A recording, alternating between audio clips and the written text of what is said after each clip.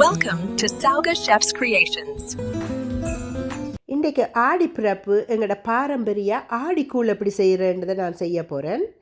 ஆடிக்கூழ்ன்றது ஒரு வெறும் உணவு இல்லை. இதை அம்மன் வழிபாட்டுக்கு, ஆரோக்கியம், நன்றி உணர்வு, சமூக ஒற்றுமைக்காக இதை பழைய காலத்தில் செய்திருக்கிறோம். இந்த ஹீட் வார்னிங்குக்காக இன்றைக்கு எந்த ஹஸ்பண்ட் என்ன செய்கிறார், இந்த விண்டோ எல்லாத்தையும் நைஸாக அடித்து கழுவுறதும் ஆகுது க்ளீனுக்காக. அதே நேரம் வீடு கொஞ்சம் கூலிங்காக இருக்குமென்று போட்டு இதை இப்போ அடித்து கழுவி கொண்டிருக்கிறார். பார்த்தீங்கன்னு சொன்னால் ஏனெண்டா எங்களுக்கு இன்றைக்கு தெரியும், உங்களுக்கு நோத்தில் ஃபயர் வந்துருக்கு, ஃபயர் அலர்ஜியான ஹீட் வார்னிங்.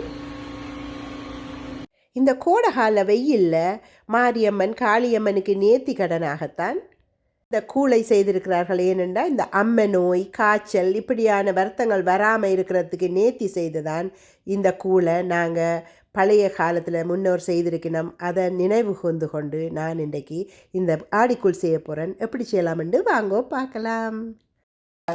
கிரைண்டரில் அடித்து இதை பருப்பு எடுத்துருக்கேன். இது பயத்தம் பருப்பு. இன்றைக்கு நான் மண் சட்டியில் தான் இதை செய்ய போகிறேன் இந்த ஆடிக்கூழை. இப்போ இந்த பயத்தம் பருப்பை தண்ணியில் போட்டு அவிய வைக்க போகிறேன்.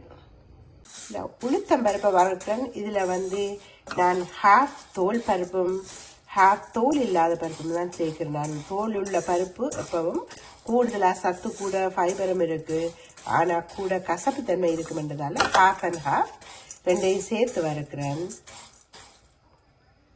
இது நல்லா வறுபட்டுட்டுது, நல்லா வாசம் வர்ற அளவுக்கு வறுத்தெடுத்துருக்கிறேன். இதை நல்லா ஆற வச்சுட்டு இதில் இருந்து உளுத்தம்மா செய்ய போகிறேன். இது சிவப்பு பச்சை அரிசி, ஆனால் நான் ஃபுல் ஹோல் வீட் அரிசியாக தான் எடுத்திருக்கிறேன், தீட்டாத அரிசி. இந்த அரிசியை நான் 2 hours வடிவாக கழுவி 2 hours ஊற வச்சு அதை டவலில் போட்டு ஒரு ½ an hour வெயிலில் வச்சு எடுத்துருக்கிறேன். இதில் இப்போ மா செய்ய போகிறேன். இப்படி அரிசியை 2-3 தடவை அரைச்சி அதை மாவாக்கி எடுத்து வைக்க போகிறேன்.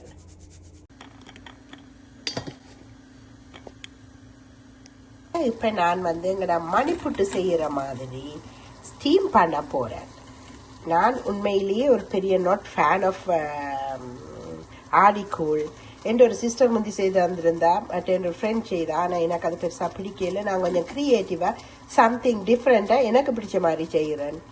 இப்படியே வச்சு நான் இதை ஸ்டீம் பண்ணி எடுக்க போகிறேன். இந்த மணிப்புட்டு போல் நல்லா அவிய வேணும். நன்கு அவிஞ்ச பிறகுதான் இதில் நான் கருப்பட்டியை சேர்க்க போகிறேன், பனம் வெல்லம் சேர்க்க போகிறேன். இதை இந்த பனை வெள்ளத்தின் இந்த பனை ஓலையை நான் இப்படியே பிச்சு எடுக்க வேணும். எங்களோட அப்பம்மா முந்தி இந்த பனங்கட்டி குட்டானன்னு சொல்லுவேன். இதை அதை 1 நிமிஷத்தில் ஒரு விரலில் வச்சு 1 நிமிஷத்தில் செய்வா. இப்போ நான் இந்த வெள்ளத்தை இதுக்குள்ளே சேர்த்து இப்போ இதோட காய்ச்ச போகிறேன். ஆனால் இதில் என்னட்ட தனியாக கட்டியான பழம் வெள்ளமும் இருந்தது, அதை சேர்த்து தான் போடுறேன். ஆனால் கோயம்புத்தூரில் பருத்தி துறையில் எங்களோட அப்பாண்ட ஊரில் இதை கருப்பணி என்று சொல்லி அதில் இந்த கஞ்சி காய்ச்சிவினம், அது பதநீர் என்று சொல்கிறது. அதில் தான் இந்த கருப்பட்டி செய்கிறது, இந்த பனம் வெல்லம் செய்கிறது. அதுலேயே இந்த இதை காய்ச்சி வேணும். எங்களுக்கு அது கிடைக்காது. ஆனபடியாக நாங்கள் பனை வெள்ளத்தில் தான் நீங்கள் செய்ய வேணும். பனை ஓலை எல்லா இடமும் சேர்ந்து கேட்க கஷ்டமாக இருந்தால் இதை நாங்கள் தண்ணியில் ஊற வச்சு கரைச்சிட்டு அதுக்குள்ளே போடலாம். இதை எடுக்கிறது சில வேலை கஷ்டமாக இருக்கும். ஏன்னா இதை பானியாக தானே இதில் ஊற்றுறவே, ஆனபடியாக அது உள்ளுக்கெல்லாம் போயிருக்கும், எடுக்க கஷ்டம். தண்ணியில் கரைச்சிட்டே போடுவேன். நான் இப்போ அரைச்சி வச்சுட்டு இருந்த அரிசிமா, உளுத்தம்மா, சால்ட், வச்சிருந்த தேங்காய் சட்டு, தேங்காய் சங்க்ஸ் மிக்ஸ் பண்ணிட்டு, கோடட் கஷு இருக்கு, அது சுகரில் குக் பண்ண காஜு, அது இதை நான் இதோட மிக்ஸ் பண்ணுறேன். நார்மலாக இதுக்கு கஷு நட்ஸ் போடுறே இல்லை, ஆனால் சம்திங் டேஸ்ட்டுக்காக முந்தி ஊரில் இதெல்லாம் வெரி எக்ஸ்பென்சிவாக இருந்திருக்கும். அதுபடியாக அதை யூஸ் பண்ணாமல் தேங்காய் சொட்டை மட்டும் யூஸ் பண்ணியிருப்பினேன். ஆனால் இப்போ எங்களுக்கு கொஞ்சம் எஃபர்ட் பண்ணும் கஷு எல்லாம் போட்டு செய்கிறதுக்கு. அதுபடியாக நான் சங்க்ஸ் ஆஃப் கஷுவும் இதில் ஆட் பண்ணுறேன். இதை இப்போ இதில் போட்டு நல்லா ஸ்டேர் பண்ணணும். நல்லா அப்படியே கரைச்சி அதுக்கு அவியிற மாதிரி அவியிற அளவுக்கு இதை தொடர்ந்து குக் பண்ணி கொண்டு இருக்க வேணும். எல்லாட்டி அடிப்பிடிச்சிடும். கூடுதலாக திக்காக இருக்குன்னு யோசிச்சிங்க. ஆனால் நான் இப்போ இதில் தேங்காய் பாலை ஆட் பண்ணுறேன். அப்போ கொஞ்சம் கூட தின்னாயிரும். ஆனால் நாங்கள் தொடர்ந்து இதை கிளறிக்கொண்டே இருக்கணும். இல்லைன்னு சொன்னால் அடிப்பிடிச்சிடும். கட்டி படாமல் இதை கரைச்சி விடணும். இந்த கட்டியை ஆனால் நல்லா அவிய வேணும். மிளகு சீரகத்தூளை ஆட் பண்ணுறேன்.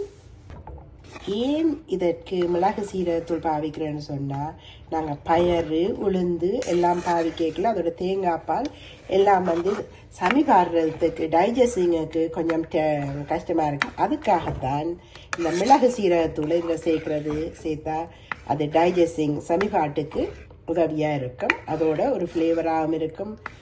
இனிப்போட ஒரு சின்ன காரமும் அதில் இருக்கும். அது சுவையாக இருக்கும். வந்து ஏலக்காய் பொடி வாசத்துக்காக இதில் சேர்க்குறேன். இன்னும் கொஞ்சம் பால் சேர்க்க போகிறேன்டா. இப்போ இதை இந்த சட்டியின் சூட்டில் இது இறுகிரும். ஆனபடியாக இன்னும் கொஞ்சம் பால் சேர்க்க போகிறேன். இல்லை உங்களுக்கு பால் கணக்க வேணாமெண்டா தண்ணி சேர்த்துக்கொள்ளுங்க.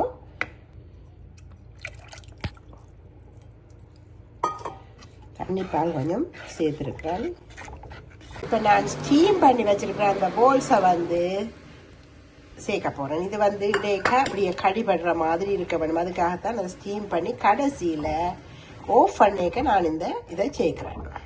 தேவையான பொருட்களும் அளவும் டிஸ்கிரிப்ஷனில் தந்திருக்கிறேன். இந்த சேனல் உங்களுக்கு பிடிச்சிருந்தா சப்ஸ்கிரைப் பண்ணி ஃப்ரெண்ட்ஸ் அண்ட் ஃபேமிலியோட ஷேர் பண்ணுங்க. Thank you. Scan to order and learn more. Mississauga and beyond. Fast, healthy, and easy meals baking for the next generation.